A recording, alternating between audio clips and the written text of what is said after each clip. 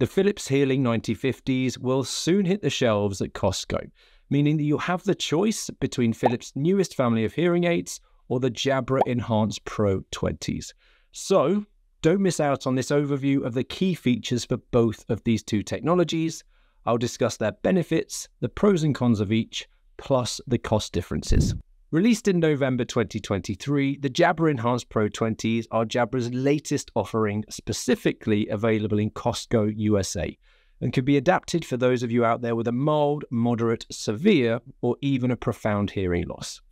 This technology comes loaded with features, and Jabra have made them available in two different models.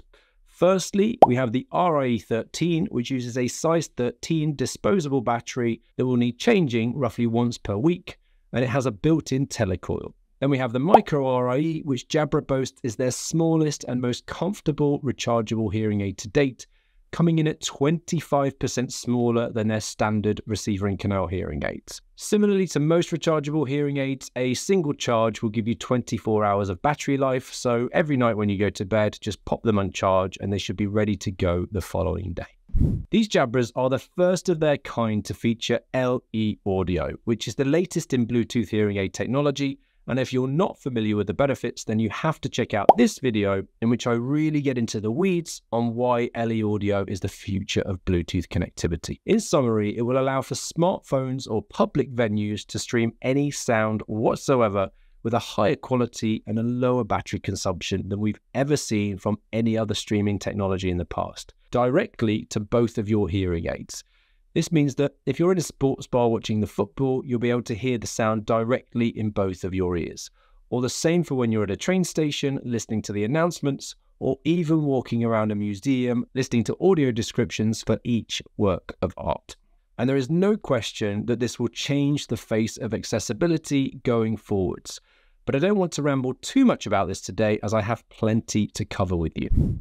360-degree sound is Jabra's way of ensuring that in any scenario, your hearing aids are still allowing you to hear some sound from the environment around you, from all directions. And this can eliminate the feeling that you're trapped in a bubble when you're in a restaurant or a noisy environment, which can happen with some hearing aid manufacturers. But at the same time, it won't allow too much sound to come through that will be overwhelming and stop you from understanding the speech of the person that sat in front of you, that you actually want to hear.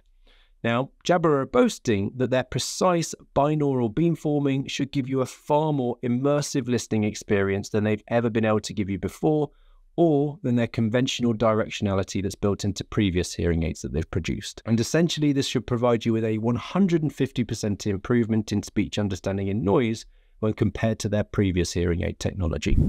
Now, working in partnership with that feature is Jabra's Environmental Optimizer, which is designed in itself to identify the environment that you're in and automatically make adjustments to the volume and noise reduction settings based on your specific environment. As this technology has been around for 6 months now, there is plenty of feedback from hearing aid users, and it's good because I can feed that back to you. So the main issues all surround their Bluetooth, not to do with the sound quality, but their Bluetooth.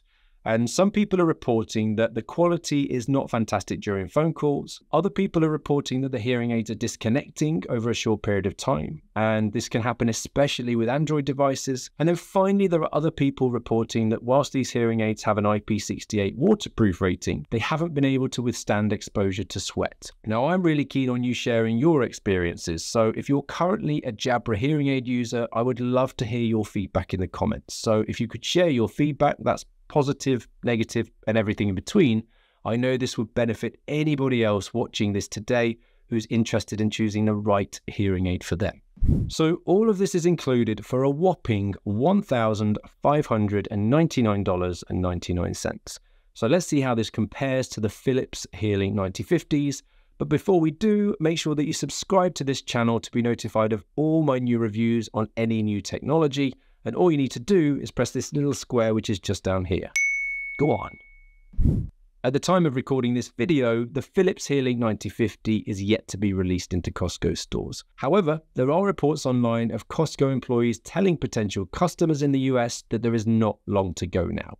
The good thing is that all of the tech specs have been released online, so we already know what's coming, and that's what I'm going to talk to you about today. There will be a single rechargeable model available, which is shorter and fatter than their previous model, the Hearlink 9040, and compared to the Jabra Enhanced Pro 20 is significantly bigger. So if cosmetics is something that concerns you, in my opinion, there's no comparison between the two of them. Unlike the Jabras, unfortunately, there's only a single model available, and at the moment that's rechargeable. And based on polls that I've done in the past on the Hearing Tracker YouTube channel, around 2/3 of you do prefer a rechargeable model. So it does actually make sense that Philips have designed this for the masses. However, that does also leave another third of you who will have to look for the Jabras if you're interested in an option with a battery. Philips has followed suit with Jabra and also introduced LE Audio into this model of hearing aid, which is their first venture into the world of LE Audio and Auracast. So the two technologies are dead even from this point of view. Now, one thing that I failed to mention earlier is that while some smartphones have introduced LE Audio streaming into their technology, I have yet to have heard of any public venues installing their transmitters. So I think, in my opinion, it's going to be a while before LE Audio takes off and we see the benefit of its introduction. So the exciting stuff. Artificial intelligence technology is a feature that Philips have utilized in their hearing aids for a couple of generations now. And the Hearlink's 9050s use AI to better identify your surroundings, which therefore allows for an improvement with the removal of distracting background noises and the prioritization of speech, with Philips stating that the focus of these hearing aids is to highlight on the conversations that you want to hear without being distracted by the background noise around you. Now, what I will say with any of the big claims from every hearing aid manufacturer, and that's not just the two that I'm talking about today, but also Phonak, Widex, Resound, Signia, Starkey, etc., is that they all claim to be the best in terms of hearing and background noise and also speech clarity. Somehow, all of them are, which are claims based on their findings from their own individual research. And this will always baffle me. So if you do have the opportunity, I would recommend that you should try both sets of technology and see which works better for you, unless your audiologist is pretty certain that one of these is the most appropriate for you and your hearing challenges based on certain challenges that you've described. It's also worth checking out on the Hear Advisor website, which I'll link in the description to today's video, in which hearing aids are independently tested and ranked for things such as clarity and noise reduction capabilities. So that you don't have to rely on the manufacturer's research, we can have some independent results, which will give you a far more fair and justified response as to which is best for you. As these hearing aids are not yet available, there are currently no drawbacks for me to be able to highlight. However, it's worth me mentioning that their predecessors, the 9040s, had similar issues to the Jabras, with users again reporting Bluetooth connectivity issues, especially with Android devices. And one huge issue has been the inconsistency with connecting to their app. Saying that, as you may be aware, the Philips hearing aids do share the same technology with the Oticon Intense, as they're both built underneath the Demont group. And these hearing aids have been around for a few months now, and I've personally fitted a few of them as well. And I have to tell you that those Bluetooth issues are still there. As far as the price goes, I can only speculate on what the price will be for the 9050s as they haven't been released yet. However, if the 9040s are anything to go by, they were retailing at $1,499.99.